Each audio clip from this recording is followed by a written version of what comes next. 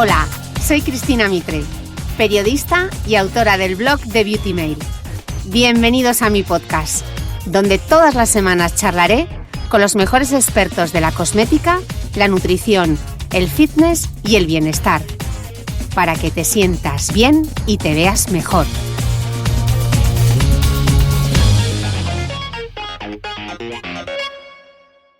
Durante todo el mes de diciembre, Guerlain nos acompañará como mecenas del podcast.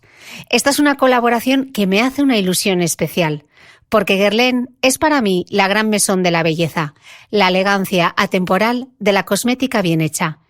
Y es que desde 1828, Guerlain ha estado siempre a la vanguardia de la perfumería, el cuidado de la piel y el maquillaje. Creaciones míticas como su perfume Mitsuko, uno de mis favoritos, sus clásicos meteoritos o sus terracotas forman parte del imaginario cosmético de muchas de nosotras.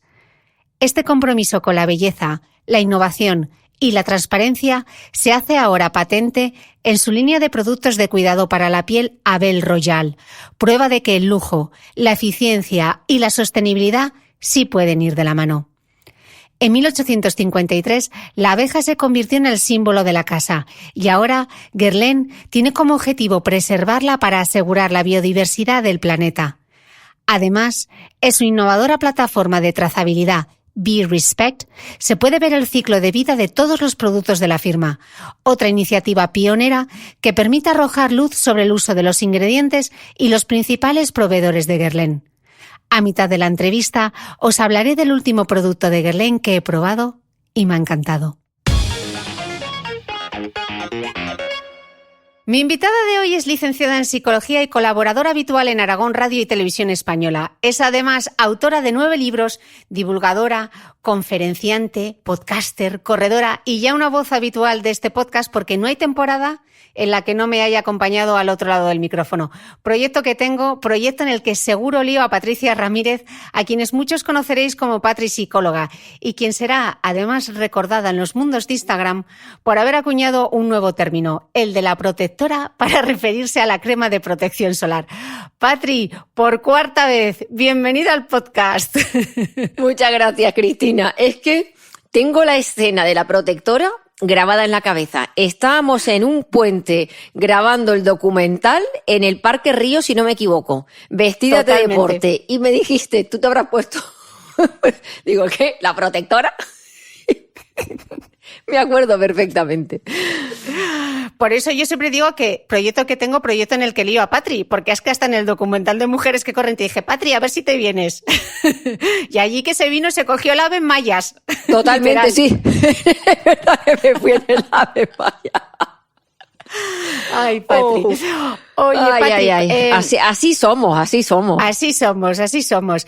Oye, cuando le preguntaron al Dalai Lama qué era lo que más le sorprendía de la humanidad, el Dalai Lama contestó: el individuo, porque sacrifica su salud para hacer dinero, luego sacrifica su dinero para recuperar la salud y luego está tan ansioso por el futuro que no disfruta del presente.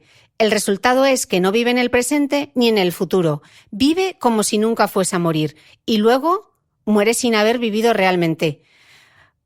Patri, ese constante anticiparse y esa insatisfacción personal de la que nos habla el Dalai Lama son las causas de la ansiedad. Mira, esa reflexión es que me parece tan increíble que cada vez que te la escucho a mí se me pone la carne de gallina. Te lo digo de verdad, porque es la cruda realidad. O sea, las personas están continuamente ancladas, primero en el pasado, dándole vueltas a los errores que cometieron, las relaciones que fallaron, aquello que no consiguieron, y todo esto nos genera una tremenda angustia. Luego, queriendo controlar y anticipar el futuro, ¿no? Que tenga el dinero suficiente, que salga adelante este proyecto, que a mis hijos no les pase nada, que mi pareja no me deje, todo el día con esa angustia de ver cómo puedo controlar lo que por supuesto no es controlable. Y esta es la base de la ansiedad.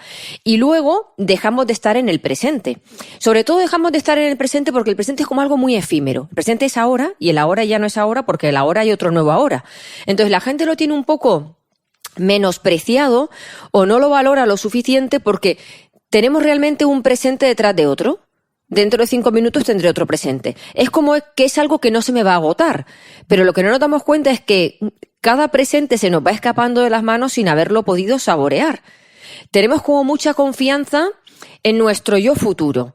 Yo cuando me jubile, yo dentro de 3 meses, yo el año que viene, yo más adelante, yo cuando sea mi momento. O sea, siempre pensamos que en el futuro vamos a tener la oportunidad para ser felices, para comer mejor, para hacer más ejercicio, para estar más tranquilos, para ser más amables, más cariñosos, para tener más sentido del humor. Y es mentira, porque tú hoy con la edad que tienes y yo con la que tengo, somos el yo futuro de hace 3 meses, de hace 1 año, de hace 10. Ya hace 10 años estábamos pensando que íbamos a hacer tal, o, ¿sabes? O sea, y hoy nos damos cuenta que todo lo que hemos planificado atrás, bueno, igual tú y yo que tenemos una concepción del autocuidado, de la autoconciencia y que en eso estamos muy trabajadas, no podemos decir lo mismo. Pero la mayoría de la gente es el yo futuro de hace unos años y siguen sin conseguir nada de lo que se planificaron. Tenemos puestos una esperanza en lo que seremos capaces de ser más adelante y nos vamos olvidando de vivir el momento presente. Y el momento presente es aquel que te va a dejar huella, porque el momento presente es la comida que vas a tener hoy con tus hijos y cómo la vas a saborear y el tiempo que le vas a dedicar. O el yo presente es el podcast que tú y yo estamos viviendo, no el que vamos a grabar dentro de 3 años cuando tengamos un proyecto nuevo, no, es este. Y este ahora, por lo que sea, nos tiene que dejar huella. Y antes de empezar el podcast, hablábamos de la vida y tú me has dicho, venga, que parece que estamos en el diván, pero es que esa es la vida, o para mí eso es el sabor. Para mí el sabor, cuando yo recuerdo este podcast, es que estuvimos hablando de nosotras 5 minutos antes. Y con eso no puedes andar con prisa, ¿no? Entonces yo creo que la gente tiene ansiedad porque lo quiere todo, lo quiere ya, lo quiere corriendo. Y no se dan cuenta que mientras yo corro, hago y me acelero, dejo de vivir lo que está pasando en este momento.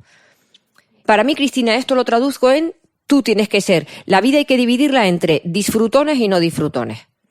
Disfrutón es el que está aquí y ahora, no sin importar lo que va a pasar dentro de un rato, pero sabiendo que ya que tiene que estar aquí y ahora, está aquí y ahora. Ya está. No está dándole vueltas a, ostras, yo por ejemplo, que me había olvidado hoy de quedar contigo. Yo podría estar ahora rumiando, pero Patri, ¿cómo se te olvida? Fíjate, con lo importante que es esto, que lo habías hablado con Cristina. No, ya está, se me olvidó. Las dos lo podemos entender y estoy aquí. Y no le estoy dando vueltas a qué voy a hacer luego de comer. Quiero estar aquí. Y yo creo que esa es la clave para que uno esté sereno. Y Patri, ¿esa ansiedad que a veces sentimos tiene algo que ver con nuestra biología o es una cosa más impuesta? No, la ansiedad tiene claramente un componente biológico. Para que la gente lo entienda, la respuesta a ansiedad se asimila muchísimo a la respuesta de la fiebre, ¿no? Entonces, tanto la fiebre como la respuesta a ansiedad son, pues una sintomatología que emite nuestro cuerpo para decirnos que algo está pasando. La fiebre, cuando sube de temperatura, te dice que nos estamos, pues que tenemos seguramente una infección. Entonces tú cuando tienes fiebre tienes que reaccionar, o tienes que ir al médico, o tienes que bajarla, o tienes que enterarte de por qué la tienes para tomarte lo que haga falta. Y cuando tú tienes ansiedad, pues también tienes que investigar. La ansiedad es la respuesta que el cuerpo da cuando nuestra mente interpreta que alrededor hay una amenaza. La amenaza puede ser un peligro de muerte, pues como que venga alguien con un cuchillo a atacarte, o la amenaza puede ser que a ti te dé miedo hablar en público, o que creas que tus hijos te van a contagiar de la COVID cuando vengan del instituto. O sea, la ansiedad puede ser un peligro real o un peligro imaginado. Lo que ocurre es que el cerebro no diferencia, esto es real, esto es imaginado, ahora desencadénala o no. La mente, cuando ve que a ti algo te preocupa, pone en marcha lo que es nuestro sistema nervioso simpático, que es el que genera esa respuesta o de huida o de huida o de ataque, acelerando el corazón, quedándote en blanca porque la sangre se va a los músculos periféricos, brazos y piernas para poder tener esa tensión muscular y poder correr, te acelera la tasa cardíaca, hay un chute de cortisol, que es la hormona del estrés, y de la adrenalina para que tu corazón tenga una respuesta mucho más vigorosa. Pero claro, esta respuesta maravillosa que tenemos, que nos permite ponernos a salvo, y por eso tú y yo estamos hoy aquí en 2020, funcionaba genial cuando estábamos en las cavernas, cuando veíamos una amenaza y teníamos que huir, o cuando veían nubarrones y se avecinaba una tormenta y tenían que cambiar de cueva. Pero hoy en día esta respuesta es muy poco funcional con la mayoría de nuestros estresores. La mayoría de nuestros estresores es una discusión con mi madre porque quiere controlarme, otra con mis padres porque me dicen cómo tengo que educar a mis hijos, ahora la Navidad que si nos reunimos 6 o nos reunimos 10, conducir, el miedo a hablar en público, el miedo a decir algo inapropiado, el miedo a quedarme sola, a que me echen del trabajo, a no estar a la altura. O sea, nos vamos generando como una serie de exigencias y buscando esa perfección que nos llevan a tener un ritmo acelerado, a estar todo el día anticipando peligros que realmente no ponen en peligro nuestra vida, pero la respuesta a la ansiedad sigue ahí. Y Patri, ¿cuáles son los síntomas? ¿Todo el mundo tiene los mismos síntomas cuando tiene ansiedad o difiere de una persona a otra? Pues mira, los síntomas van desde la parte, pueden diferir, porque ahora cuando te cuente todos los síntomas, si todas las personas cuando tienen ansiedad tuviesen los mismos síntomas, les daba algo. O sea, primero hay como una respuesta muy biológica y que tiene que ver muchas veces con las enfermedades psicosomáticas que se desencadenan, ¿no? Entonces tiene que ver, pues primero con esa aceleración. La musculatura se tensa, por eso hay mucha gente que tiene contracturas musculares cuando tiene ansiedad. Incluso se tensa la mandíbula, por la noche, de ahí aparece el bruxismo y la gente se levanta con unos dolores en la boca y en la cara tremendos. Luego está esa respiración agitada, el corazón late mucho más rápido, hay una sensación de opresión aquí en el pecho que apenas te deja respirar. Otra gente dice que incluso le cuesta tragar, porque yo he tenido pacientes que han estado meses tomando papillas porque son incapaces de tragar y por el miedo a atragantarse. Luego tenemos, pues con la respuesta a estas tan físicas, órgano diana. Hay personas a las que le afecta a la piel y tienen más brotes de psoriasis, caída del cabello, lo que son la alopecia areata. Otra gente tiene de órgano diana el estómago y, bueno, pues pueden sufrir cursos de estreñimientos, diarreas, mucho más gases, dolores abdominales. Luego hay personas a las que les afecta más a nivel muscular y son esta gente que tiene tanta contractura, la espalda. Otra gente pierde completamente la vitalidad y la energía porque realmente la ansiedad es un desgaste para nuestro organismo y te quedas hecho polvo. Luego hay otras personas que sienten hormigueo en los brazos o adormecimiento en las piernas. Luego hay más físicas. Luego tenemos otro grupo que son las emocionales. Son respuestas que van con la sensación de tristeza, ese desasosiego, ese nerviosismo generalizado y los pensamientos. Una persona cuando tiene ansiedad no tiene un pensamiento de qué bonita es la vida y cuánto la estoy disfrutando. Es un pensamiento anticipatorio todo el día de que va a pasar lo peor, de que anticipo una desgracia, de que me voy a quedar sola, de viendo los peligros, de esto me va a salir mal, de la gente me va a rechazar, que realmente ese pensamiento es el que nos lleva a sentirnos luego con esa respuesta a ansiedad, ¿no? Entonces tenemos ese bloque emocional, esa parte más cognitiva y esa parte más física que lleva a muchísima gente, porque la ansiedad, y luego están los ataques de pánico, que esto ya es como la sensación de muerte inmediata, porque te va a dar un infarto al corazón, que la gente la mayoría de las veces acaba en urgencias pensando o que se está volviendo loco o que se va a morir o que le va a dar un infarto. Y cuando la gente siente esta sintomatología que hemos dicho de la ansiedad, lo que hacen es empezar a consultar a los profesionales. Voy al cardiólogo, el cardiólogo me dice que no tengo nada, luego paso por el dermatólogo, luego por el digestivo, incluso un internista, y los médicos equivocadamente dicen, y que me perdonen, no tienes nada. Y claro, en parte tienen razón, no tienes nada físico que pueda justificar esta sintomatología, pero la persona la está sintiendo como algo real. Entonces ahí hay que decirle que esto puede ser un componente psicosomático, que acudan a salud mental, que busquen un profesional, pero al paciente le cuesta mucho creer que su mente está generando todo ese desastre en el cuerpo. Patri, me gustaría aprovechar este podcast para insistir en que no hay que menospreciar la salud mental y que, como decía también en una entrevista el doctor Carlos López Otín, él decía que los estados de ansiedad aumentan los niveles de cortisol, lo cual provoca una supresión general del sistema inmune y el acortamiento de los telómeros. O sea, sí. Esto, la ansiedad, no es, es que tengo ansiedad. Esto es bastante más grave de lo que parece, ¿no? Totalmente. Mira, esto es así. Y esto hay un documental maravilloso que se llama The Connection, Mind Your Body. No está en Netflix, hay que comprarlo en Internet, pero que lo explica fenomenal. Y el documental viene a describir la relación, pues se llama Mind Your Body. Es como la mente interrelaciona con la parte física, ¿no? Y esto de los telómeros es muy curioso porque cuando el telómero se acorta tanto, el telómero se va acortando con el envejecimiento de las personas, pero también con la respuesta a ansiedad. Y llega un momento en que está tan corto que la célula muere y desaparece. Pero lo bonito de esto es que la psicología ha demostrado a través de la meditación que la meditación es ancestral. Y los budistas y el Dalai Lama nos llevan diciendo de los beneficios de la meditación cientos de años o miles. Pero hasta que no se ha estudiado de manera científica no hemos podido constatar los datos que realmente hay detrás. Y es que cuando tú tienes una práctica continuada de meditación en tu vida, resulta que el ejercicio de meditación consigue volver a restaurar esos telómeros a través de la telomerasa. Porque el ejercicio físico y la meditación consiguen estimularlo. Así que cuidado, porque luego también hay alguna serie de declaraciones que no son del todo ciertas. Hay gente que al final termina diciendo, a ver si el estrés, es que la ansiedad me da cáncer. No, la ansiedad no da cáncer, o sea, no hay una relación directa entre tener ansiedad y desarrollar un tumor.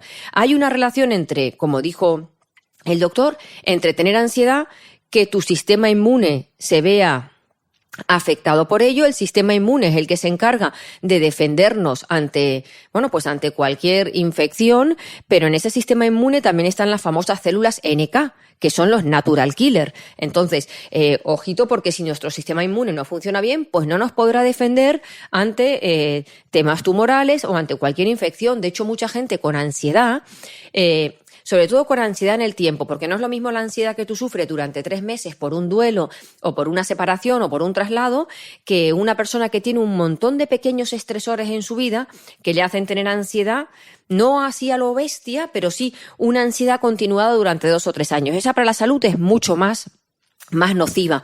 Entonces, cuando tú sufres esa ansiedad, al final, pues estas personas te dicen que tienen muchos herpes en el labio, que se resfrían más, porque su sistema no les defiende de una manera correcta. Y Patri, justo en el extremo opuesto está esa normalización de la ansiedad, ¿no? Bueno, es que a mí eso me da mucho miedo. ¿Qué riesgos conlleva? Pues conlleva riesgos muy importantes para la salud. Yo el otro día ponía un post donde justo hablaba de esto. Hay cosas que no podemos normalizar en nuestra vida. No podemos normalizar la sensación de vacío, no podemos normalizar estar todo el día triste, estar triste un día, sí, o uno, pero todo el día no. Y no podemos normalizar tener ansiedad. O sea, no podemos normalizar llevar un ritmo en el que uno va como pollo sin cabeza. No, eso no es lo normal. Quien te diga a ti que eso es tu vida, se está equivocando. Entonces, las personas tenemos que aprender a detectar cuándo vamos pasados de vuelta. Y ahí hay una serie de signos clarísimos. Nos cambia el carácter. Yo, por ejemplo, noto que cuando voy pasada de vuelta me avinagro. O sea, ya contesto mal, ya no estoy con el mismo buen humor, no estoy del mismo buen rollo, ¿no? Luego, pues habrá gente que tenga más dolores de cabeza, o habrá otras personas que pierdan esa sensación de vitalidad, o que dejan de llevar a cabo sus hábitos de vida saludables. O sea, todos tenemos como una serie de criterios con los que sabemos, no estoy pudiendo. Y cuando esto pasa, esto tiene un daño para nuestra salud tremendo, porque ya no solamente es el daño que provoca la respuesta a ansiedad, como hemos dicho, a través de cómo se empobrece ese sistema inmune, porque ya no nos protege igual, sino porque además va afectando esos diferentes órganos, o la piel, o el estómago, o el aparato digestivo, o la vista, o la boca.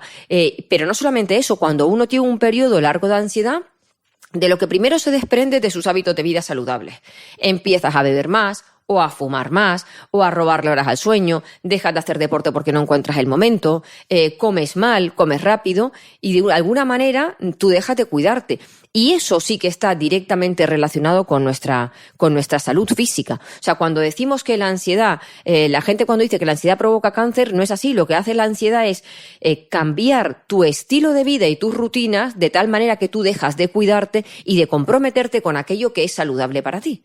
Y por supuesto que esto nos afecta para desarrollar para lo que cada uno sea vulnerable. Hay gente que puede ser más vulnerable al cáncer y otra gente que puede ser más vulnerable a cualquier otro tipo de enfermedad. Sin embargo, Patri, este 2020 no nos lo está poniendo muy fácil. ¿Está justificada esta respuesta de ansiedad? ¿Y es ansiedad o es miedo?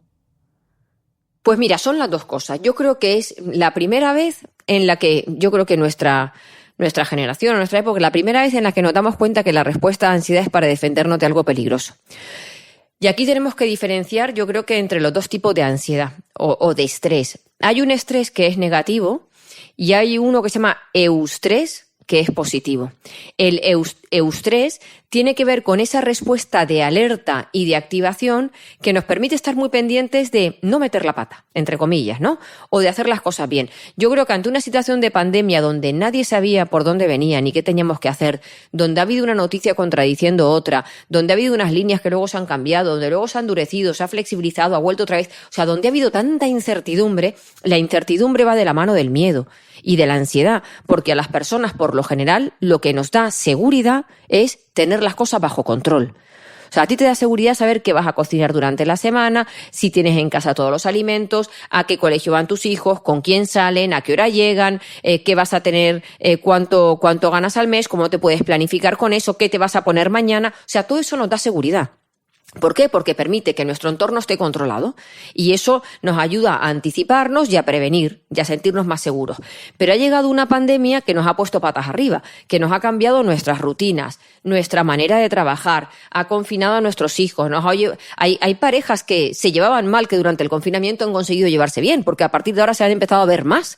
O sea, nos ha cambiado por completo, para bien o para mal. Pero sobre todo hay un virus ahí que no lo controla nadie. Y esa sensación de que hay un virus que ataca a una gente, que a otra parece que no, que a uno le genera síntomas leves, a otros no le genera ningún síntoma, a otros los mata, es como no puedo controlar nada. Y ese no puedo controlar nada genera mucha ansiedad. Lo que ocurre es que a la gente no la han entrenado para dejar estar las cosas de las que no se puede ocupar. Nos han entrenado para controlarlo todo. Y claro, tratamos de controlar situaciones que no son controlables y eso todavía aumenta más nuestra ansiedad. ¿Por qué? Porque la mente tiende a darle vueltas a todo aquello que no está bajo nuestro control, pensando que si sigo dando vueltas en algún momento encontraré la respuesta, pero no va a ser así. Entonces, parte de la ansiedad se controla cuando uno pone bajo control lo que es controlable y cuando uno deja estar lo que no lo es, ¿vale? Para esto no tengo solución, lo tengo que dejar estar. ¿Qué es controlable en este momento? ¿Cómo han cambiado el vínculo con las personas? Que nos tenemos que reunir tantas personas solamente o nos tenemos que reunir en cualquier sitio con mascarilla. El distanciamiento social ha cambiado. Ahora ya sé cómo tengo que teletrabajar. Ha cambiado pues el lavado de manos, la higiene que tengamos. Eso sabemos que lo tenemos que hacer y que si hacemos eso reducimos muchísimo la posibilidad de contagio, ¿no? Entonces, claro que ha habido un momento en el que la gente se ha dado cuenta de que, de hecho, hay gente que no ha tenido nunca ansiedad y que la ha tenido ahora, porque ahora realmente ha aparecido algo que pone en peligro tu vida, que es lo que decíamos al principio, que la ansiedad es una respuesta que surge cuando tú tienes la sensación de que tienes una amenaza. Y la amenaza ha estado para todos. Entonces, gente que nunca ha tenido ansiedad, de repente la ha tenido. Porque hay un peligro y la gente tiene ese peligro. O porque ha tenido que cambiar su vida de una manera tan drástica, claro que cuando hacemos que hay trastornos de ansiedad por adaptación, ¿no? Que en el que tú te adaptas a lo nuevo. O sea, que ahora realmente ha llegado una situación que nos ponía en peligro. Pero claro, como ya nos han dado pautas y sabemos cómo, yo creo que hay mucha gente que la ha vuelto a reducir. Yo creo que ahora la emoción, más que la ansiedad, empieza a ser esa apatía, desilusión, fatiga, el cansancio, el no saber cuándo, ¿no? Y otra cosa que yo creo que nos da ansiedad es, yo estoy haciendo lo que tengo que hacer, o sea, me mantengo en mi casa, obligo a que mis hijos estén confinados, salgo a la calle con mascarilla, pero aquel que tengo enfrente, míralo. Aquel que tengo enfrente se pasa las normas. O sea, que tú tampoco llegas nunca a estar a salvo porque hay alguien que está minusvalorando el peligro, el peligro y el riesgo y está poniendo pues tu vida y la de los tuyos en peligro. Entonces, claro que hay gente que cree que aunque yo lo haga todo, pues todavía no se puede controlar. Y esto es así porque lo hemos visto. De hecho, hay un dato muy curioso. El otro día cuando hicieron una entrevista sobre quién se pondría la vacuna cuando salga, resulta que el 50% de la población dice que no se la pondría. Y cuando me entrevistaron en la tele para esto, y yo le dije, por favor, déjame ver la franja de edad. ¿De quién no se la pondría? ¿Y quiénes son los que no se la pondrían? La gente joven. Porque la gente joven tiene asociado que ellos son más asintomáticos, que ellos pasan esto como una gripe normal, pues ¿para qué me voy a inyectar algo si no lo necesito, no? O sea que, claro, entonces los adultos piensan, vale, este no se la pondría, que es mi nieto, pero si me viene a ver a mí, me pone a mí en peligro. Entonces es difícil que podamos sentirnos relajados porque ahora tu poder relajarte tú depende del comportamiento social. Total. Es una cadena. Patri, no es la primera vez que tú y yo hablamos de ansiedad. Tenemos un podcast grabado sobre cómo vivir con serenidad que de hecho es el podcast más escuchado. Y todas las veces que hemos hablado, cuando nos referimos a la ansiedad, tú siempre mencionas dos palabras clave, que son la aceptación y el compromiso. Claro, justo por lo que te comentaba antes de querer controlar, ¿no? La mayoría de las personas creen que para dejar de ansiedad tengo que controlar mi vida. Tengo que controlar dónde van mis hijos, con quién salen, lo que hace mi pareja, tengo que controlar mi trabajo, la comida. Claro, y no hay un proceso de aceptación, porque cuando tú tratas de controlar o anticiparte a cosas que no te puedes anticipar, tu mente está continuamente fantaseando con qué va a pasar en el futuro, qué tengo que hacer, y no podemos vivir tranquilos. Y nos tenemos que dar cuenta que hay una parte de la vida, pero una parte de la vida que es un porcentaje altísimo, incluso puede ser el 80-90%, de preocupaciones que no dependen de nosotros. No es que no dependan de nosotros, sino que la solución no depende de nosotros. Depende de nosotros porque igual podemos ser protagonistas, ¿no? El que tú vayas a una entrevista de trabajo, la tengas súper preparada y esté dándole vueltas a una semana si lo habrás hecho bien, si no lo habrás hecho bien, si serás el candidato elegido, que cuando te llamarán, eso te quita la paz. Te impide leer un libro tranquilamente porque estás ahí rumiando, te impide estar en la conversación con tu familia porque estás dándole vueltas y preocupado si no te cogen, pero la entrevista la has hecho ya. Ya tú no hay nada más que puedas hacer, pero tu mente no hace más que fantasear con qué pasará sí, con qué pasará no, y lo vas pasando mal. Entonces, ahí es la parte de aceptación. Esto lo he hecho ya. Si la entrevista, una vez que está hecha, está para mí, ya me enteraré. Y si no está para mí, ya me enteraré. Y pase lo que pase, mi vida está bien. Ese es el proceso de aceptación. El poder dejar de quejarnos y de luchar y de criticar todo aquello que no nos guste en este momento, pero que no podemos cambiar. Porque si hay cosas de mi vida que no me gustan en este momento y me puedo implicar, hazlo. Hazlo, elabora un plan, mira a ver, pide ayuda, lo que quieras.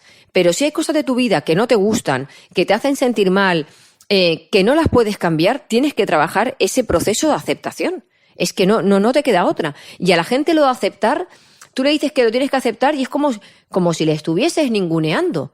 No. O sea, me dices que tengo que aceptar porque no te pasa a ti. No, yo he tenido que aceptar millones de cosas en mi vida. Te digo que lo tienes que aceptar porque no hay otra alternativa. Es que esto es muy importante para mí. Sí, pero te ha ocurrido. Tu pareja te ha dejado y no va a volver contigo y lo tienes que aceptar. Y ha pasado esto en tu vida y se ha muerto un familiar y lo tenemos que aceptar. Y has perdido el trabajo, ya, pero es que es injusto porque yo trabajaba muy bien. Sí, pero has perdido el trabajo. Y lo tenemos que aceptar. Y nos tenemos que dar cuenta que hasta que las personas no aceptamos, no somos capaces de generar un cambio nuevo en nuestra vida. No en el sentido de esto que hemos tenido que aceptar, sino de volver a reinventarnos. Porque la persona que no acepta está todo el día rumiando y por qué, y porque a mí la vida es injusta, y con la queja, y con el monotema, y llamando a otra persona. Que está bien tener un ratito de derecho al pataleo, pero esa conducta nos lleva a estar todo el día contaminados, a estar emocionalmente mal y a no solucionar nada, porque hemos dicho que son problemas que no se pueden solucionar. A partir de ahí, cuando tú aceptas, dices, bueno, ya está. La empresa no ha sobrevivido a la pandemia, yo me he quedado sin trabajo, es una putada, porque no es otra palabra. A partir de ahora, ¿yo qué puedo hacer? ¿A quién puedo pedir ayuda? ¿Qué formación puedo hacer? ¿De qué manera me puedo reinventar? ¿En quién puedo apoyarme en estos días? ¿Dónde puedo ir a apuntarme? O sea, vamos a centrarnos en qué depende de nosotros. Y eso es la terapia de aceptación y compromiso. El saber aceptar que hay cosas que, aunque son importantes para nosotros, como puede ser incluso que te diagnostiquen un cáncer, oye, lo tienes que aceptar. Porque si tú estás todo el rato pensando, y ahora me muero, no me muero, ¿y qué hago? ¿Y por qué? Si es que yo me cuidaba muchísimo. Que esos pensamientos son normales, pero les tienes que dar un ratito, 5 minutos. Porque yo no puedo estar todo el día generando una emoción que me va a perjudicar en mi estado actual. De ahí el tema de la aceptación y el compromiso. Patri, nos estabas explicando antes que los síntomas de la ansiedad podían ser físicos, podían ser emocionales y podían ser cognitivos. Respecto a las emociones, respecto a lo que sentimos, hay dos que yo no logro entender por qué se asocian con la ansiedad. Y es por qué cuando tenemos ansiedad tenemos como esa necesidad de llorar, a veces es tristeza también, y luego muchas veces estamos muchísimo más irascibles. ¿Por qué? Mira, normalmente cuando uno tiene ansiedad lo pasa mal. Lo pasa mal, está incómodo, interfiere con su calidad del sueño, interfiere con su comer saludable, porque como tengo ansiedad picoteo entre horas y como alimentos cargados de sal y de grasa. Como tengo ansiedad, postergo mi trabajo. Entonces, eso genera un cambio de humor en la persona. Por un lado, estás irascible, porque cuando tú te sientes frustrado porque no te sientes a gusto con tu vida, no eres capaz de involucrarte y comprometerte con tus proyectos, no eres capaz de tener una vida saludable, no descansas bien, tus neurotransmisores no funcionan bien, estás irascible. Y por otro lado, el ver cómo una emoción condiciona tu vida e impide que tengas ilusión por las cosas, que estés motivado, que tengas ganas de quedar con amigos, que te impide disfrutar de tu vida, te genera tristeza. Entonces, la mayoría de las veces cuando un paciente viene a la consulta con ansiedad y con tristeza, hay que diagnosticar bien. Hay que saber si es una depresión que cursa con ansiedad o si es un trastorno de ansiedad que cursa con ganas de llorar y con tristeza. Pero estas emociones van siempre de la mano. Te quería preguntar justo por el tema de la depresión, que nos explicases bien cuál era la diferencia entre ansiedad y depresión, si pueden ir o no de la mano. Estoy viendo que sí. Quiero volver a retomar algo que contamos en el podcast con el doctor Carlos López Otín, y él decía que ahora la nostalgia ha adquirido una nueva dimensión. Es la añoranza del futuro, tal vez la forma más dolorosa y más verdadera de la melancolía. Él dice que la depresión es una auténtica enfermedad del tiempo, pues para los que la sufren, el futuro suele perder todo su sentido temporal y vital. Patri, ¿cómo diferenciamos entre ansiedad y depresión? Mira, la sintomatología para diferenciarla es muy clara. Yo creo que son casi como polos opuestos. La ansiedad para hacerlo sencillo, que me gusta hacer las cosas sencillas, la ansiedad lo que produciría es como una aceleración. Tú te notas nervioso. De hecho, hay mucha gente con ansiedad que te dice, mira, yo lo que tengo ganas es de coger la puerta y salir corriendo, porque tienes esa activación de tu sistema nervioso simpático que busca ponerte a salvo ante el peligro real, ¿vale? O sea, hay una activación del sistema nervioso simpático a través de la respuesta de esa respuesta muscular que se tensa, esa respiración agitada. O sea, lo que hay es activación. En cambio, la respuesta que genera o el síntoma más claro de la depresión es esa apatía, es esa pérdida de vitalidad, de energía, de ilusión, de motivación. Es como estar apagado. Esa sería un poco la diferencia. Luego está claro que el trastorno de ansiedad y el trastorno de depresión cursan con síntomas parecidos, como que condicionan tu vida para no poder llevar una vida normal, entre comillas, tu vida cotidiana, generan una serie de pensamientos que nos hacen sentir mal. La depresión nos lleva pues a dejar de practicar muchas actividades que antes disfrutábamos, nos lleva a no querer estar muchas veces con personas, a la incapacidad para ocuparte de tus temas más comunes en la vida, a una sensación también de baja autoestima, de pérdida de confianza. Ok. Patri, como quiero que este podcast sea súper práctico, me gustaría que hiciésemos un repaso de cuáles son esos grandes estresores, esas grandes razones que nos provocan esa ansiedad. Hemos hecho como una especie de guión resumen, y el primero yo creo que sería la propia exigencia con uno mismo, ¿no? Querer, y que en el caso de las mujeres suele ser muy habitual esto de querer hacerlo todo y además hacerlo siempre perfecto. Sí, yo creo que este es un gran estresor, el nivel de exigencia. Nosotros hemos aprendido de pequeños que las cosas hay que hacerlas perfectas y que cuanto mejor las haces y que siempre pueden estar mejor. De hecho, hay muchos niños que todavía llegan a casa con un 8 y sus padres les dicen, si te hubieses puesto un poquito más, hubieses sacado matrícula. O sea, siempre no es suficiente con lo que estás haciendo. Entonces, haga lo que hagas, cuando tú tienes esa sensación de que no es suficiente, por supuesto que esto nos produce agobio. Entonces, la exigencia que la gente tiene entendida como un valor, ¿qué exigente soy? Pues claro, cuando tú eres una persona muy exigente, por supuesto que aumentas la probabilidad de hacer las cosas mejor, pero las personas tenemos que pensar qué precio estamos pagando por ese nivel de exigencia o hasta dónde podemos ser exigentes, porque ser exigentes no es un todo o nada, es un continuo, de nada exigente a muy exigente. O sea, yo creo que tenemos que tener un miramiento con la exigencia para no ser personas chapuceras y para ser buenos profesionales, pero yo trataría de de sustituir la palabra exigencia por la palabra responsabilidad y ponernos una serie de criterios que nos ayuden a saber cuánto tengo que implicarme con esto. Por ejemplo, ¿ser exigente con mi trabajo significa que yo voy a revisar correos a las 12 de la noche con el portátil en la cama? No. Entonces pongamos un horario, a las 7, a las 6 o al horario que cada uno tenga, dejo de mirar correos hasta mañana. Con eso no dejo de ser exigente. Con eso lo que hago es ser responsable con mi vida personal, ¿vale? Entonces, con la exigencia, un miramiento, porque de verdad que muchas veces confundimos el ser exigentes con ser responsables y nos pasamos de vuelta. En el podcast que grabamos de cómo vivir con serenidad, que es uno de los podcasts más escuchados de todas las temporadas, hay una frase mítica que dijiste, tu madre no te estresa, te estresas tú. ¿Cuál es el papel de la familia y también de la pareja y los hijos, los padres, los hermanos como estresores? Pues mira, aquí puede haber muchas versiones. Podemos tener, pues como dijimos en ese podcast, una madre exigente, controladora, una madre ya mayor que te hace chantaje emocional, es que no vienes a verme, es que como todos los días sola, es que antes cuando no tenías pareja venías a comer todos los días y ahora no vienes nunca. Entonces, cuando te hacen ese tipo de chantaje emocional, te genera un cargo de conciencia y te duele. Y eso te genera ansiedad, porque volvemos otra vez al primer punto. Yo que soy exigente conmigo y quiero estar bien con todo el mundo también y quiero llevar todo para adelante, pues quiero llevar la nueva pareja que tengo, quiero cuidar a mis hijos del otro matrimonio, quiero hacer las cosas bien con el trabajo y quiero cuidar a mi madre.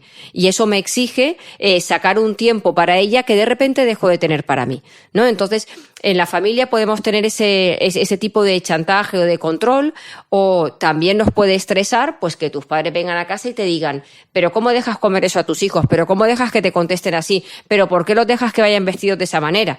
Y te digan, o cuando tienes un bebé, que te digan pues cómo tiene que acostarse, cómo tiene que dormir, cómo lo tienes que abrazar o cómo le tienes que sacar el aire al niño. O sea, todos esos mensajes de cómo tienes que vivir tu vida, cómo tienes que responder para que los demás estemos felices, nos condiciona. Por supuesto que la familia también puede ser un estresor cuando llega un bebé y nos cambia nuestras rutinas. O ahora en la pandemia que pues igual no podemos ir en Navidad y estamos preocupados por cómo estarán nuestros abuelos, nuestros padres, nuestros hermanos, cómo las van a vivir. O sea, todas esas preocupaciones que tenemos sobre la familia nos generan ansiedad. Porque además siempre hay en la familia una persona que es el motor. El motor es la persona a la que todo el mundo llama, que cuando su madre se cae es la que va, que cuando alguien se pone enfermo es la que acude al hospital, que cuando tú tienes un mal momento es la que llamas para pedir un consejo, y esa persona tiene una responsabilidad en la familia que le genera, por supuesto, estrés, porque se siente como que si yo no respondo ante todos los demás, de alguna manera esto se desmorona. Y no es así. Realmente cuando tú dejas de atender, pues la naturaleza o la propia vida va ordenando y hay otro hermano que a regañadientes empieza a ocuparse de cosas que antes no se ocupaba y va cogiendo más participación. Pero también los demás alrededor lo que ven es que si tú lo haces todo y lo resuelves también, pues sigue haciéndolo tú, hasta que tú pones límites. Claro. Otro de los grandes estresores, Patri, es no saber decir que no. Qué importante es, ¿no? Sí. Ese de estar disponible siempre para todo el mundo y no estarlo claro, para ti. Y esto es una condición humana. O sea, la mayoría de las personas hemos sobrevivido gracias a la servicialidad, a la ayuda que nos prestamos, a la colaboración, a cooperar y ayudarnos mutuamente. Pero esto le ocurre lo mismo que a la exigencia. Entonces, si tú has aprendido que el valor de tu persona depende de cómo contribuyes a mejorar la vida de los demás, siempre vas a estar intentando ayudar a los demás. Y no te vas a dar cuenta de que te tienes que ayudar también a ti mismo y que eso también tiene un valor. Entonces, claro, una persona que es servicial siempre recibe reconocimiento, pero qué buena es, pero qué resolutiva, pero qué suerte poder contar contigo, pero qué buena amiga. Claro, tú aprendes a tener valor en función de todo lo que das. Pero llega un momento que ocurre lo mismo que con la familia y que con la exigencia, que si no nos planteamos el precio que estamos pagando por esa servicialidad, no nos daremos cuenta que eso nos está restando en nuestra propia vida personal o en nuestros momentos. Entonces aquí lo ideal sería mantener un equilibrio en el que seguir siendo servicial y poder ayudar siempre y cuando eso no te quite del tiempo que tú necesitas para ti. Y ahí hay que aprender a decir que no. Hay que aprender a decir que no a proyectos laborales que nos parecen interesantísimos. Tú y yo lo hablábamos antes. Oye, qué chulo sería hacer esta idea que estuvimos hablando. Pero hemos dicho, dejemos que las cosas fluyan y en su momento. Si no supiésemos decir que no, mañana ya estábamos comprometiéndonos, ¿no? Y a pesar de que esto no es algo que nos obliga a nadie, sino que simplemente nos motiva y nos parece algo muy ilusionante porque nos parece atractivo. O sea, fíjate hasta en ese caso, pero todavía cuando tú te ves sometida a si yo no hago esto es que esta persona tendrá que pedir otra ayuda o es que la dejo colgada, todas esas interpretaciones que hacemos, no soy una buena persona si no ayudo, ¿cómo voy a decir que no? Pues al final eso nos pasa factura. Y nos pasa factura con gente que incluso cuenta con que podamos decir que no. Te pongo un ejemplo de las redes. Igual a mis redes sociales, igual que a las tuyas, llegan diariamente un montón de propuestas de ¿podemos hacer un live juntas? Pues nos encantaría decir que sí a todo el mundo, pero claro, yo tengo un live el lunes con la gente de mi consulta, tengo el live el martes de ciencia con Pérez Tupiñá, el miércoles lo tengo conmigo o con mi hija, el jueves tengo un taller y el viernes, a ser posible, no quiero hacer nada. Pero tú siempre te quedas con ese regomello de ya le he dicho que no, ya parece que no me interesa, ya parece que estoy, ¿sabes? Y esto ya es con la experiencia que tú y yo tenemos. Entonces a la gente hay que decirle que tiene que decir que no, a pesar del malestar emocional que eso le va a generar. Pero cuando yo veo que decimos que no, mi directora de comunicación o yo, digo, ¡ay, qué bien! Es como una cosa menos, un compromiso menos. Y es un tiempo para pensar, para escribir, para leer, para tomarme un té. Y lo necesitamos. Y la gente cuenta con eso, porque la gente te dice, te agradezco que me hayas contestado. Igual hay gente que le sienta mal, pero la mayoría de la gente lo entiende. Y la gente que no lo entiende es porque ha aprendido a tener una vida más cómoda a partir de la ayuda que tú le prestas. Y claro, cuando empiezas a decir que no, incomoda su vida porque tienen que empezar a responsabilizarse de cosas que ahora no hacían. Ahora continuamos con la entrevista, pero antes déjame que te cuente algo. Una de las señas de identidad de Guerlain es la sensorialidad de sus productos, y con Abel Royal, Youth Watery Oil lo demuestran. La alquimia de lo imposible es este aceite de textura acuosa, una fórmula que combina la riqueza de un aceite con la frescura de una loción en una fórmula hidratante que deja la piel con una agradable sensación de confort. Perfecto para todos los tipos de pieles y climas, hasta el del caluroso desierto de Dubái. En el corazón de la fórmula, el poder reparador de la miel más pura y la jalea real producida por las abejas negras de la Bretaña francesa. Puedes usarlo como sérum o como único producto hidratante, tanto de mañana como de noche. Y un último consejo, es perfecto para realzar la piel antes del maquillaje. Gracias a Guerlain por apoyar las buenas historias. Hay otro concepto tuyo, Patri, el de las autoinstrucciones, que a mí me gusta mucho, que tiene mucho que ver también con el autoconcepto y con la autoestima, ¿no? ¿Qué papel juegan como estresores? Las emociones, la confianza, la seguridad. Claro, pues muchísima, porque la autoestima y el autoconcepto es la manera en cómo nosotros nos vemos, la confianza que tenemos en nosotros mismos, qué capacidades, qué talentos nos vemos. Si tu autoestima es baja o tu autoconcepto es débil, cada vez que te presenten un proyecto interesante dirás, es que yo no me veo capaz. O en la empresa te dicen, oye, hay un puesto para poder promocionar, yo no sé si estoy a la altura. O tú ves a alguien que es interesantísimo como persona y no intentas ligar porque yo creo que yo no le voy a gustar. O le dices algo a tus hijos y no sé si me estoy equivocando. Cuando tú estás continuamente dudando de ti y no viéndote capaz, lo que haces es perder oportunidades en la vida. Claro, y eso nos genera estrés, porque no terminamos de salir de esa zona en la que estamos incómodos, no terminamos de poner límites a la gente porque no nos vemos capaces de cumplirlos, no nos vemos capaces de involucrarnos en algo que nos puede satisfacer o vernos interesante, de mejorar nuestra vida con una pareja interesante, no nos vemos capaces de involucrarnos con hábitos de vida saludables que nos harían sentir mucho mejor, y eso, por supuesto, que eleva nuestro nivel de ansiedad, porque nos hace juzgarnos, menospreciarnos y ver que hay otra gente que camina, que actúa, que es valiente, que se reinventa, y nosotros estamos ahí detrás mirando cómo otros van avanzando y nosotros no somos capaces. Porque siempre nos centramos en el error, ¿no? En lo que va a ir mal en lugar de todo lo que puede ir bien. Sí, estamos centrados en todas las vías que tenemos de fracasar, en lugar de pensar que podemos hacerlo bien. Estábamos hablando antes de la familia como un factor estresor. Otro gran estresor puede ser la relación con los amigos, ¿no? ¿Cómo nos afecta, Patri? Sí. Mira, la relación con los amigos tiene la parte saludable de que uno los elige o que se van generando lazos de amistad en función de todo aquello que tú vas compartiendo, como es la escala de valores, las aficiones, no como la familia que te toca lo que te toca. O sea, la mayoría de la gente que tiene un estresor con su madre, el mayor estresor es cómo poner límites o distancia con una persona que es mi madre, como que moral y éticamente no puedo.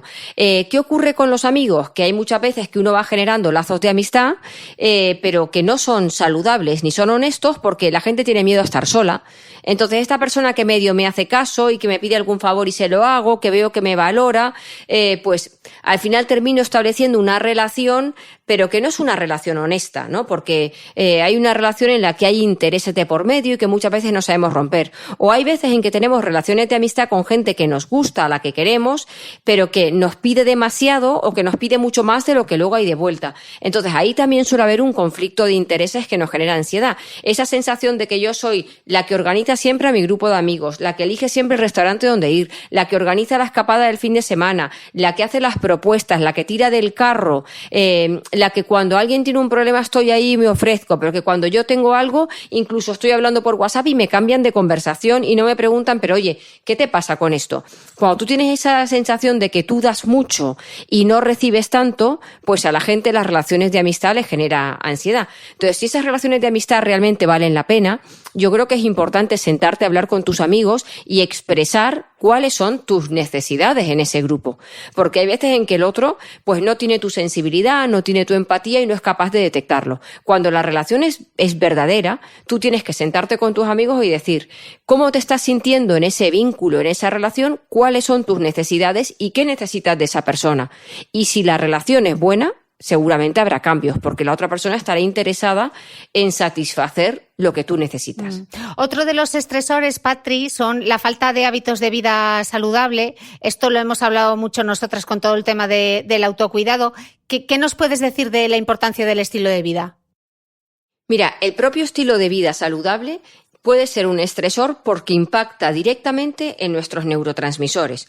Una persona que no descansa y no duerme bien, que lleva un ritmo de vida acelerado y no contrarresta con la meditación, que trabaja con el cerebro multitarea, que no lleva una vida activa, que no se alimenta de manera saludable, sus neurotransmisores difícilmente van a estar bien, porque sabemos que el fondo de armario para que los neurotransmisores funcionen bien es eso, meditar, comer de manera saludable, el sueño y el descanso y una vida activa a través de la práctica regular de actividad física. Entonces, cuando tú te das cuenta que tu estilo de vida no te permite comprometerte con esos hábitos porque no les haces un hueco, porque no hay organización, porque no hay planificación, porque no estableces prioridades o porque no tienes entrenada tu fuerza de voluntad o tu capacidad de autocontrol o simplemente encajarlos en la agenda, nos estresa, porque es como, es un bucle, es un círculo vicioso. Estoy estresado, pero no tengo tiempo de hacer deporte. Estoy estresado y me quedo hasta las últimas horas de la noche trabajando y no descanso de forma correcta. Y uno no sabe por dónde romper. Y cuando uno de verdad se quiere cuidar y quiere manejar su ansiedad, tiene que hacer una ruptura con la agenda y decir, a ver, ¿qué puedo sacar para comprometerme con esto que es tan importante en mi salud emocional y en mi salud física? Y yo creo que aquí habría que incidir, Patri, en lo importante que es ponerse metas que sean alcanzables y realistas, ¿no? Porque muchas veces lo que nos falla no es la intención, sino el planteamiento, ¿no? No sé si a ti te pasa, lo primero que te preguntan es, ¿pero cuántos días entrenas? ¿Pero cuántos días trabajas exacto. la fuerza? ¿Pero cuánto corres? Empieza.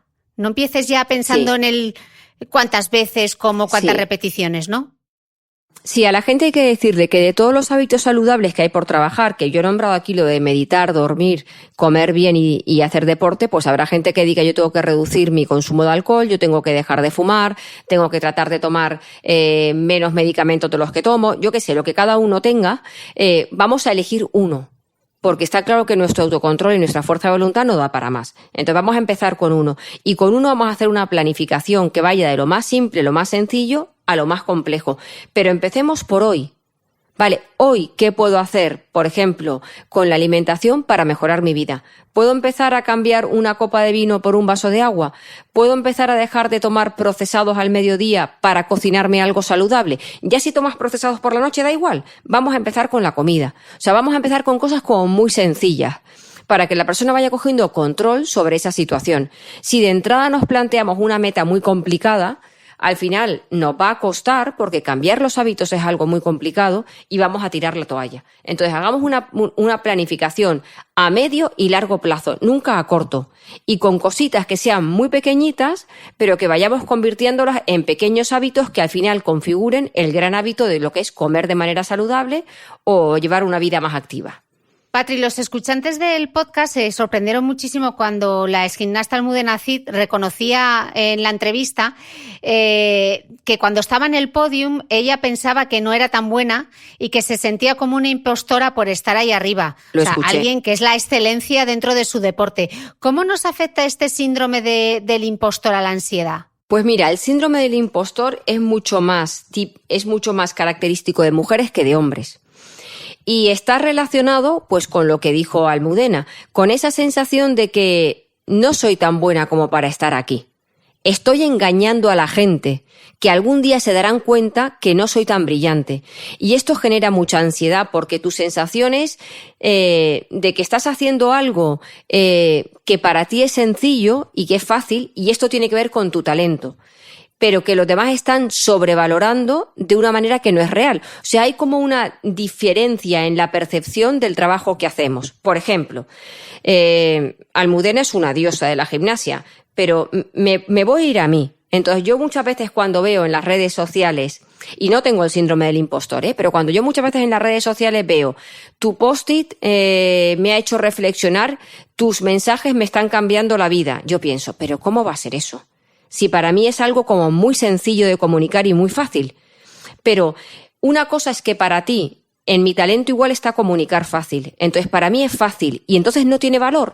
Cuando nosotros hacemos algo de una manera fácil porque está en nuestro talento, para Almudena el deporte, para ti comunicar, para mí comunicar también o la psicología, y lo haces de una manera sencilla, le quita valor. Pero el que recibe o el que ve ese trabajo lo valora muchísimo. Y entonces ahí está esa incongruencia. Para mí es fácil, tú lo valoras tanto, algo no está bien. Algún día te darás cuenta de que mi trabajo no es tan valioso como para que tú hagas esa apreciación. Entonces esa sensación de los demás se equivocan, yo no soy tan buena como los demás dicen que soy, te hace vivir como con miedo, porque algún día se va a destapar que yo no soy brillante. Y esa sensación genera mucha inseguridad y baja autoestima. Entonces, aquí lo que hay que recomendar a la gente es que, por favor, vayan llevando adelante un diario de todas aquellas pequeñas cosas que tú haces durante el día y lo que significan.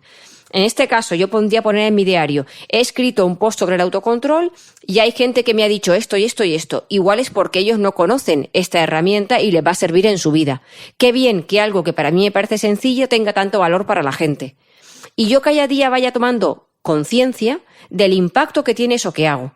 O cualquier persona, una persona que entra en una reunión y su jefe le dice, oye, pues qué idea más brillante, o un compañero, qué buena salida has tenido, que lo anote, porque luego se nos olvida porque nuestra mente está mucho más centrada en reconocer todo lo que tenemos que cambiar, todo aquello con lo que nos equivocamos, todo aquello en lo que fracasamos, y las cosas positivas se nos olvidan, de tal manera que dentro de un mes estaremos otra vez diciendo, lo mío no es suficientemente bueno, algún día se van a dar cuenta y nos machacaremos la autoestima. Otro de los grandes estresores que yo creo que lo debía haber sacado en el número 1 es el no tener tiempo. Y esto va muy en la línea de algo que tú comentabas antes y una frase tuya que yo casi que me la voy a tatuar, que es lo de ocúpate de lo que depende de ti y desocúpate de lo que no depende de ti, ¿no? Esa cosa también de que la gente muchas veces piensa que no tiene tiempo porque se echan sobre los hombros todos los problemas de todo el mundo, ¿no? Sí. Entonces, en esta falta de tiempo hay como mucha cosa, hay como desorganización, hay como ocuparse de lo que no son nuestros problemas, como estar en esa constante proyección de lo que va a pasar. ¿Cómo lo desenmarañamos, Patri?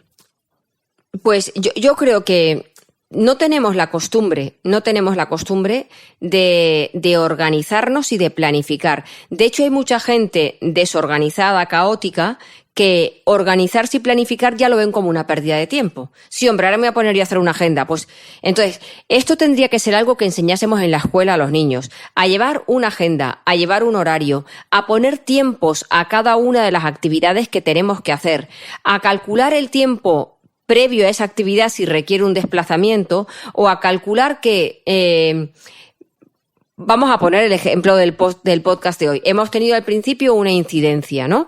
Que si yo, por ejemplo, tú me dices, Patricia, vamos a grabar de 12 a 1, y yo a la 1 ya me pongo otra reunión, ya lo he hecho mal.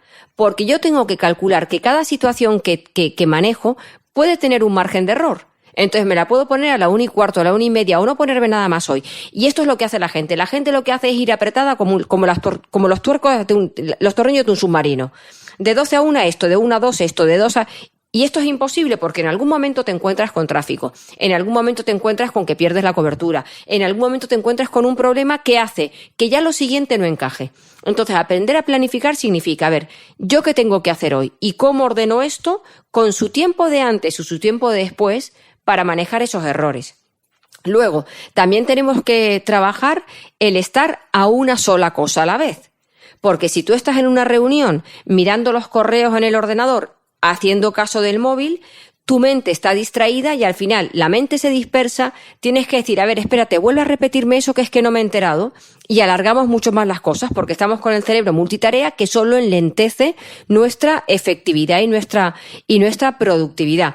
También tenemos que tratar de tener algo visual, da igual que sea en la agenda de papel o en la agenda virtual, la que uno lleve a nivel tecnológico. Pero ahí tienen que haber diferencias de colores. Tiene que estar todo visual. O sea, y que cada color signifique algo.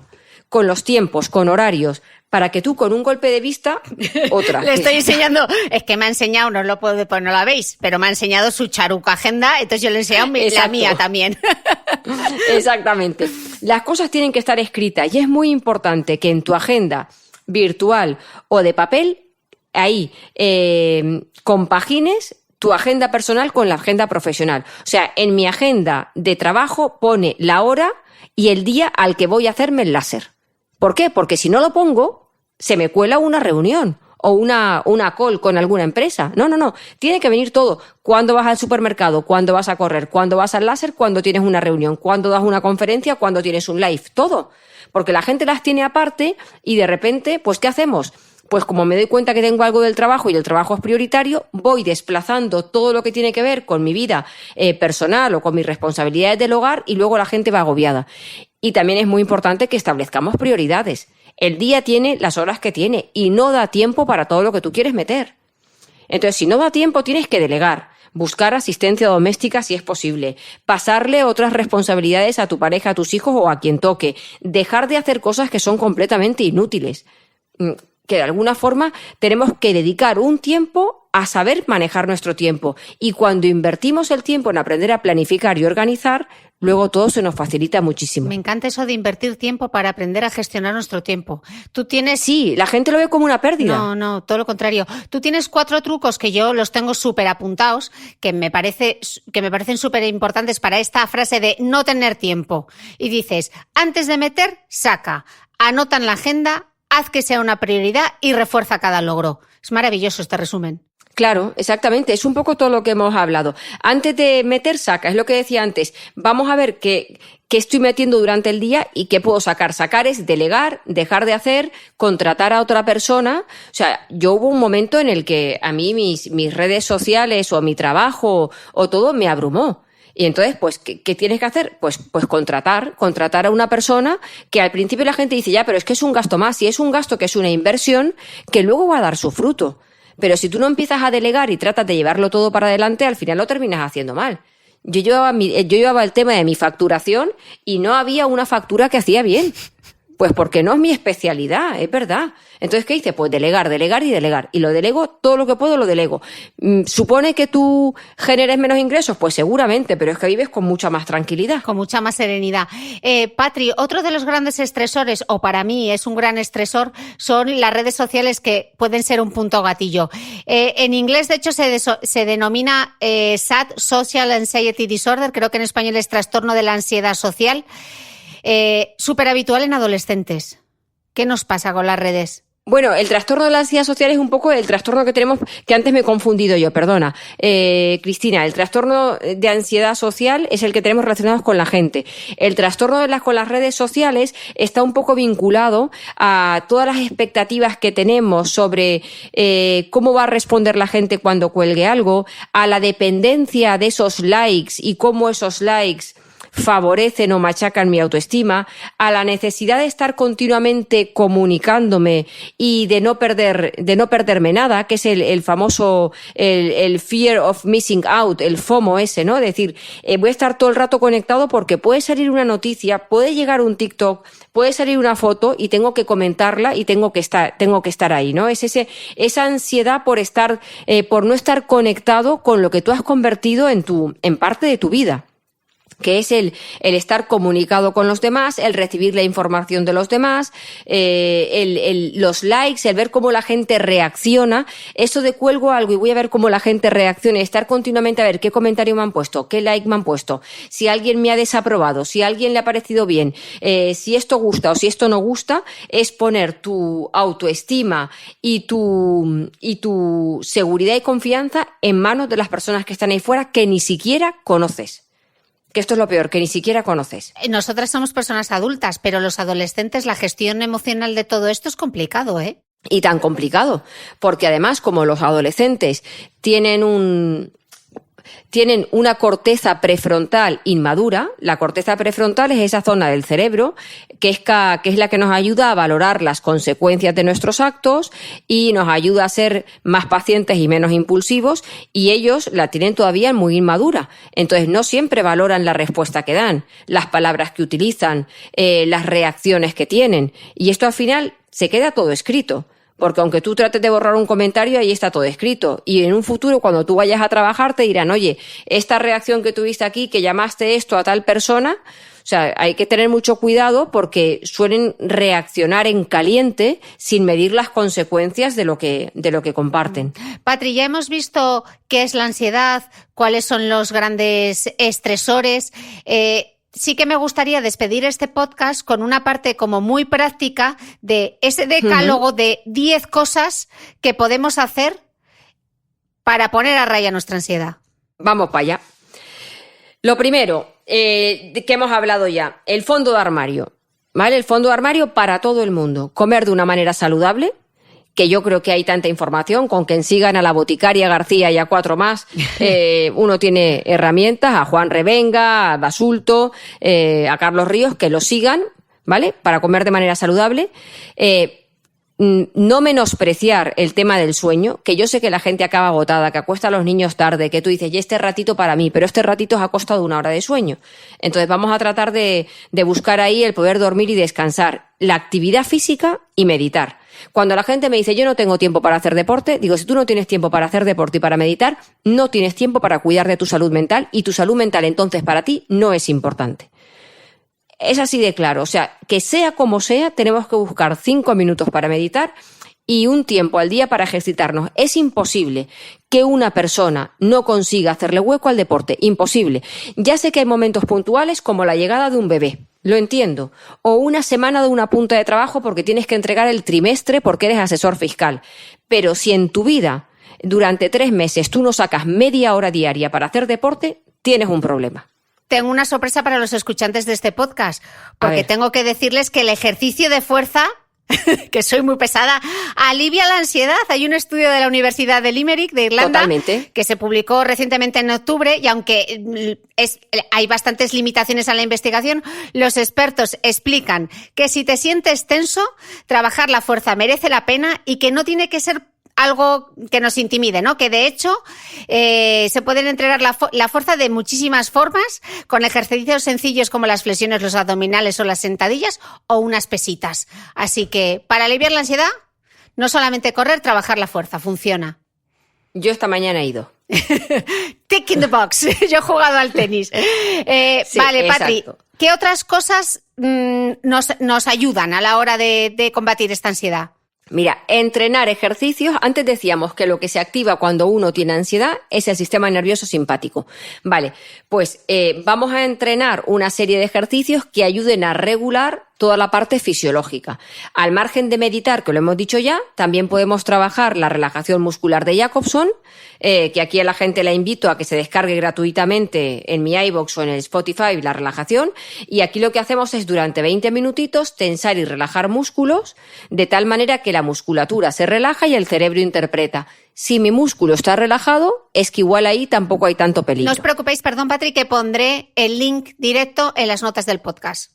Vale, pues también podemos aquí hacer algo de visualización, visualizar, respirar. Visualizar se trata de generar imágenes mentales que nos lleven a una situación que para nosotros sea tranquila, que uno cierre los ojos, respire y que se imagine caminando por el monte, oliendo los olores de la montaña, escuchando el silencio, o al que le relaje la playa, que se imagine caminando por la playa, o en algún rincón de la ciudad que le relaje. Cuando uno visualiza, resulta que el cerebro no sabe diferenciar entre ficción y realidad.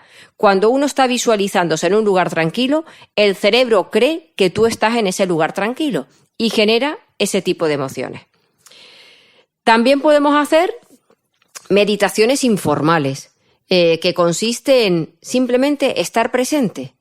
Que cuando te pongas a cocinar, si disfrutas cocinar, te centres un poco en los olores, en cortar, en cómo cambia el color de la verdura que estás salteando, en el olor que va desprendiendo, en ir probando, en la música que te pongas de fondo. Con la cosmética, o si te pones Patri, a con la cosmética, cuando estás en la ducha lavándote el pelo, que hay veces que no sabes si te has puesto o no el acondicionador, la crema, cómo te la echas. Exactamente cómo te pones la crema, los olores, el tacto con el agua, la sensación de frescor o lo calentito que esté cuando te secas con la toalla. Meditar cuando te metes en la cama, con tus sábanas, tu pijama limpio, en ese momento que te relajas. Todo eso son meditaciones informales si consigues estar en el aquí y en el ahora, ¿vale? Importante, tener una lista propia de cosas que nos relajan. ¿Qué significa? Pues que todos tenemos que hacer en un momento tranquilo una lista de pequeñas actividades que sobre la marcha nos regulan. Hay gente que le regula hacer punto de cruz. Hay otra gente que le regula dibujar, leer, tomarse un té, salir al balcón y simplemente observar, pasear, respirar, tocar a su mascota, ponerse a hacer unos ejercicios de yoga, estiramiento, dibujar mandalas, ordenar un cajón en casa, editar fotos en el móvil, lo que sea, revisar su agenda. Pequeñas actividades que a ti te relajen, ¿vale? ¿Para qué? Para que cuando estés nervioso, en lugar de ir a comer, digas, espérate, vamos a ver qué tengo yo en mi lista de esas actividades. Vamos a tratar de pensar para relajarnos y no para estresarnos, que es un poco lo de las autoinstrucciones que decíamos antes, ¿no? El darnos palabras como claves: Patri, respira, Patri, serena, venga, Patri, tranquila, no anticipes, todo está bien, tal y como está, esto está bien, déjalo estar, ¿vale? Como pequeños mensajes que van en contra de ya verás cómo no sale bien, ya verás cómo no llegas con la prisa que vas y al final fíjate y esto, ¿vale? Todo eso que nos decimos que nos activa. Luego es importante fomentar el humor y la risa. La risa es una respuesta antagonista de la ansiedad. O sea, en el momento en que tú estás riendo sola o con amigos, fundamental. Tu cuerpo no es capaz de generar la respuesta a ansiedad. Así que, de algún modo, las personas deberían hacerse como una pequeña carpeta donde tengan sus temas de humor, que puede ser gente a la que sigues en redes, algún podcast que has escuchado alguna vez, algún anuncio, un monólogo, una serie, lo que sea. Yo recuerdo que durante la pandemia mis hijos y yo, bueno, y Andrés, vimos juntos la serie de Paquita Salas. Y aquello fue un no parar de reír. Ya no sé si me hacía reír Paquita Salas o la risa de mis hijos pero esa risa contagiosa luego te quedas como nueva. Así que hay que fomentar la risa y el humor. Es importante de vez en cuando no hacer nada. Totalmente. Pero no hacer nada es no hacer nada. Me tiro en el sillón, no pongo la tele, no cojo el móvil, no cojo una pantalla, no hago nada. Me tumbo a no hacer nada. Y durante esos 10-15 minutos incluso aparecen un montón de pensamientos creativos porque no están contaminados por la atención que prestas a todas las actividades durante el día. O sea, es no hacer nada. Ya está. ¿Qué más? Pues saber escuchar las emociones y hacerles espacio. Hay veces en que cuando tenemos ansiedad, igual es bueno sentarte, cerrar los ojos, mirar dónde está en tu cuerpo la ansiedad sin juzgar. Decir, tengo la ansiedad en el estómago. Darle forma y decir, mira, pues le voy a dar forma de churro o le voy a dar forma de estrella. Le voy a imaginar un borde alrededor. La voy a pintar de violeta. Voy a jugar con ella. Voy a hacerla más grande, más pequeña. Voy a llevármela a un pie, voy a subirla. Es simplemente aprender a estar con ella, sin tratarla mal, sin enfadarnos por estar ansiosos, aceptando que está ahí, ¿vale? Por supuesto, aprender a descontrolar. O sea, todo aquello que no está bajo tu control lo tienes que dejar estar. Tenemos que aprender la parte positiva del descontrol. Y es que también es un alivio sacarte la piedra de la mochila de que no tienes que estar pendiente de lo que no puedes controlar. O sea, estar todo el día pensando, ¿mi padre se va a contagiar del coronavirus? Suéltalo. O sea, suelta la piedra de tu padre. Si algún día se contagia, lo atenderemos, nos preocuparemos. Cuando hablemos con él decimos, papá, recuerda que cuando salgas ponte la mascarilla. Eso lo hacemos, pero vamos a soltar la piedra de lo que no depende de ti. Suelta la piedra de los deberes de tus hijos. Que los deberes los tienen que hacer tus hijos, no tú. ¿No? Pues todo ese tipo de cosas las tenemos que soltar. Por supuesto, lo que hemos dicho antes, el orden y la organización, ¿vale? Pues nos relaja muchísimo poner orden a las cosas que podemos relajar. El menú de la semana. Yo soy la primera que si no hago el menú de la semana, el miércoles digo, pero ¿hoy qué hago de comer? ¿Qué rollo hacer de comer? Y mira que me encanta hacer de comer. Pero te digo, ¿y ahora qué hago? Si es que ya ni sé. Pero si yo me siento el domingo y digo, a ver, ¿qué vamos a comer de lunes a viernes? Ya el fin de semana improvisamos.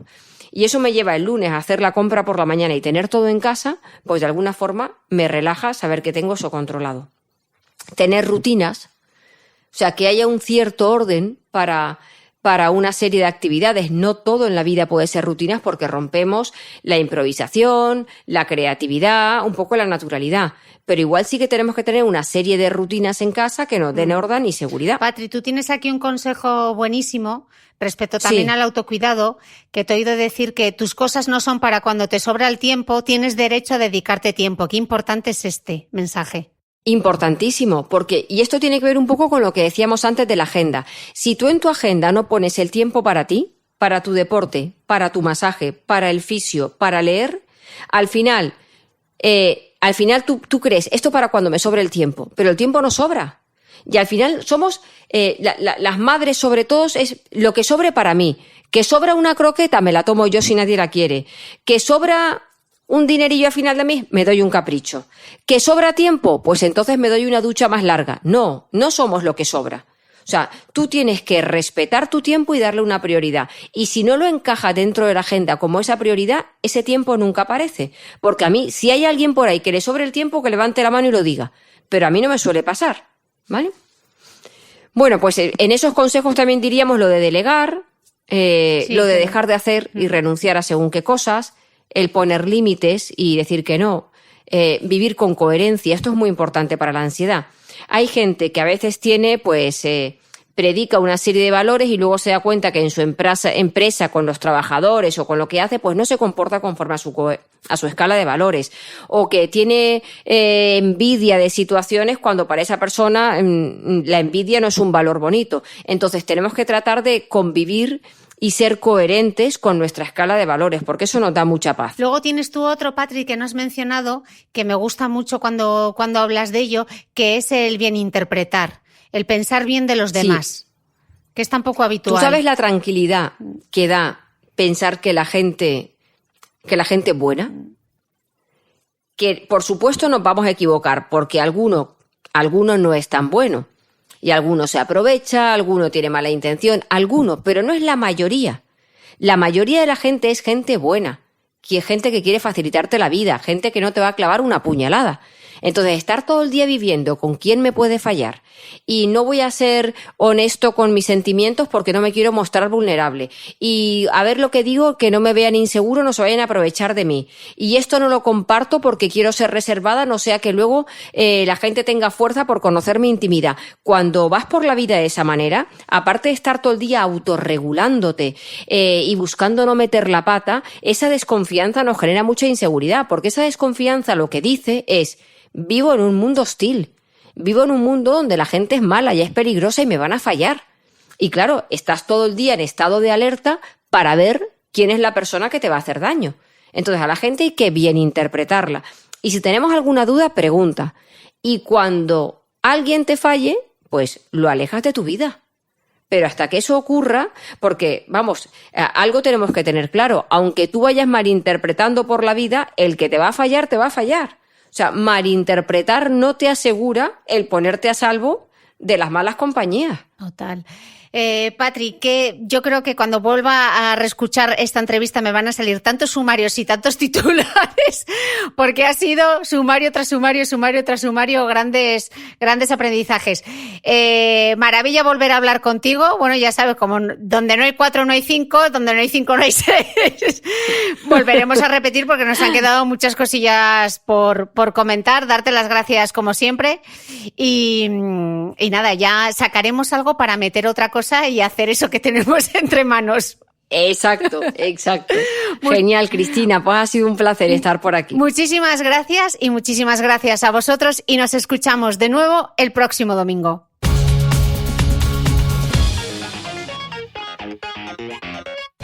No olvides que todas las notas de este capítulo están en mi blog de beautymail.es.